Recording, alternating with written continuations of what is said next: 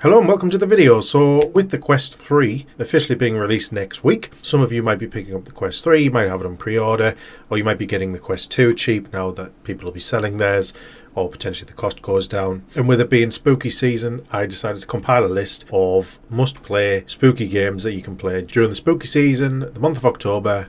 We've got Halloween coming up. I appreciate some of these titles you may have already played. I'm making this video for potentially some new players who want to come in and see what spooky games are on offer, with the potential that they're picking up a new headset. But there may also be some titles that you haven't picked up, you haven't tried yet. So if you are an existing Quest user and you want some potential ideas to jump back into, or some ideas of games that you haven't played yet, and here we go. So let's get started. So first up is Five Nights at Freddy's Help Wanted. So this game puts you in the shoes of a security guard in Freddy Fazbear's Pizzeria. Help Wanted is actually a combination of games from, I think it's the first 4 Five Nights at Freddy's games, and then some additional DLCs are available. There's some side missions there. So you get Five Nights at Freddy's 1, 2, 3. There's also what's called Night Terrors. Then you've got the Dark Rooms, and you've got Parts and Services. If you have played Five Nights at Freddy's on the flat screen, it's nothing compared to in VR. When it actually puts you in the shoes, you've got that additional immersion. The jump scares really just hit you a lot more, and you've got a bit more freedom to explore.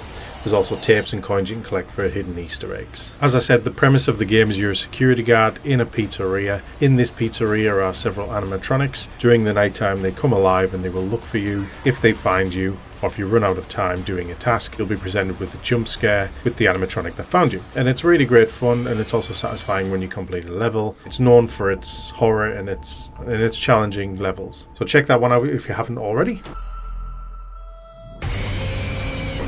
Okay, so this next game is called Dead Secret, The Circle. 5 years after a murder, you find yourself in the shoes of a journalist who's trying to track down a serial killer, which leads you to an apartment block. You go through the different levels and through the different apartments on this apartment block, looking for different pieces of evidence, looking for new suspects, talking to people, and trying to put the case together. Now, this journalist does suffer from nightmares and recurring dreams that put you in different scenarios, and also might give you clues as to who the killer might be, or where you need to go next to continue your investigation. I did have a lot of fun with this game, and it's full of interesting twists and turns depending on how you interact with the people. It's definitely one to give a try if you're a fan of murder mystery.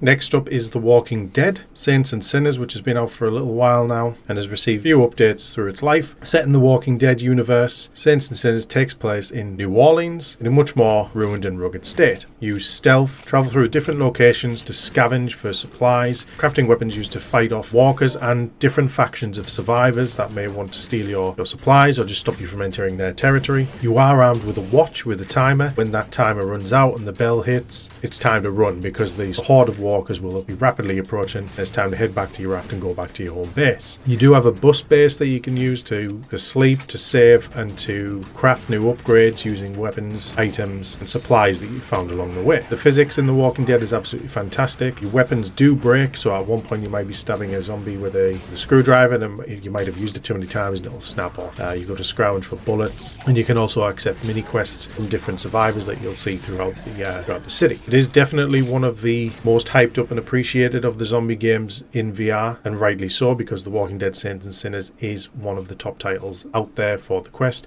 and it is getting an upgrade for Quest 3 to be optimized for the Quest 3 and utilizing the power of the new headset. Can't recommend this one enough. Definitely think you should try it if you haven't already. Next up is Inverse, which is a 4v1 horror survival game, much like Dead by Daylight. One person will play as a monster, alien type creature hunting down the 4 remaining survivors. In order to win the game, they'll need to dispatch each of those 4 survivors. The survivors, on the other hand, will be placed with multiple different tasks that they've got to do in order to win the game and to survive encounter with the monster. But this one is on my list to play this month, although I haven't tried it yet. I've seen enough content from other creators to know that this can be an absolute blast with your friends or even with strangers, and fun can be had playing as the monster or the survivors. I believe there is proximity chat where you can hear the monster talking to you. However, I'm not 100% on that one. That's just from the videos that I've seen. But the game itself looks absolutely fantastic. Simple premise, lots of fun to be had if you're into that sort of thing. So if you're a fan of Dead by Daylight, Friday the 13th, those kind of games, those 4v1 survivor versus monster serial killer types games, this is one for you. Check it out. Next up is Resident Evil 4 VR for the Oculus Quest 2. So if you are a fan of Resident Evil or for zombie survival games, if you've played Resident Evil 4 on flat screen, then you need to try this, because this is the best way to play Resident Evil 4. Hands down, this is the best way to play Resident Evil 4 on the Oculus Quest. It simply blows the flat screen out of the water and you become Leon Kennedy, enter all of the different environments, you come face to face with all of the different monsters that you've spent your childhood facing. Now I know the remake's out, and I know the remake is going to get a VR mode at some point, and that will probably be even better. But until then, Resident Evil 4 on the Oculus Quest, or the Meta Quest, is definitely the best way to play Resident Evil 4 right now. Now it doesn't come with any of the separate ways or any of the Ada DLCs, but it does come with a free Mercenaries mode, which again is absolutely fantastic. Best way to play it. All of the main campaigns there, the Mercenaries is there. No content's being cut out. All of your cutscenes show in like a theatre mode, and it sort of turns the screen black, and you get to look at the cut screens in front of you. But outside of that, everything's in VR except the kicks and suplexes that Leon would do, where you push A and you might kick an enemy. That sort of takes you out and puts you in a third-person view. But everything else is VR, so you're scoping, you're knifing. Any puzzles that you might do is now all entirely in VR. They did a lot of work to bring this game to VR. It definitely shows. It's one of my favourite titles on the Quest. You need to play this game if you're a fan of VR or fan of VR horror. Next is Drop Dead the Cabin. So if you've played Drop Dead Dual Strike, which is a sort of a House of the Dead style game, on-rail shooter where you shoot zombies, go through levels. The same developers, Soul Assembly, have created Drop Dead the Cabin, which is set in a retro 80s style horror movie cabin. And it's almost reminiscent to Call of Duty Zombies, where you can go in alone, or you can go in with a friend, or you can be friends online through matchmaking. Basically, you start in this cabin, and you've got to earn player points by killing zombies as they try to get in. Through these points, you can unlock different boxes or open different doors to explore different areas. You've got to keep the generator running and solve different objectives. All the while, you're facing different waves of zombies and all different styles of zombies. You get the crawler zombies, big giant ones, all coming in. Some of them have baseball helmets on and high school jackets and things. It's very cool and retro. And the music's great. You get melee weapons and ranged weapons. You got to collect milk to keep your health alive, and it's great fun, especially if you're in there with a friend. And it's got a very spooky vibe, but one that's very fun as well. So see how far you can survive, see how many waves you get, see if you can make it to actually keeping the generator alive, and see how far you can get. I've never escaped. I don't know if you can. I usually die very, very quickly once I'm overwhelmed and I've run out of ammunition. But definitely recommend this game. It's absolutely fantastic. Great. It's going to be great for Halloween. Jump in there with a friend. See how many waves you can survive. See how far you can get. Next up is Death On Chen, which is a roguelike game. You find yourself in purgatory, armed with a bow or a crossbow, and you've got to fend off all of the different demons and monsters and ghosts and what have you inside of purgatory. You've got to work your way through the procedurally generated levels. Each time you enter the game, each time you die and re-enter, the level itself will be different. You'll encounter different enemies placed in different areas. The layout will be different, so your experience will always change each time you re-enter. You can unlock different upgrades. You can also play different levels. There's been a lot of love and a lot of updates done to this game over the years, and it's definitely one of the best roguelites that I've played on the Quest, and it has that spooky element as well. So if you're looking to spook yourself during October, then this is definitely one of the games to do it.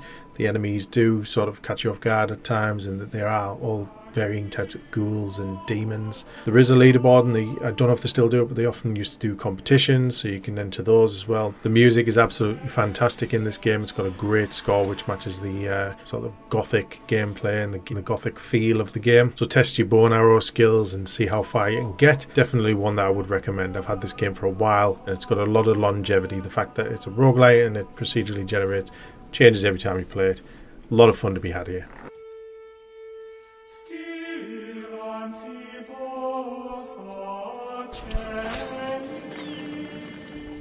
Next is one of my favourite zombie titles on the Oculus Quest, Death Horizon Reloaded, which I believe started out on the Oculus Go and has since just been updated through quality of life improvements, and it's on the Quest now, and it's absolutely one of the best multiplayer zombie games you can play, in my opinion. Now, I've played this game with my dad, I've played this game with my partner, I've played this game with my sister, and I just love taking people through it. And basically, you can play solo, but it's a co-op zombie shooter.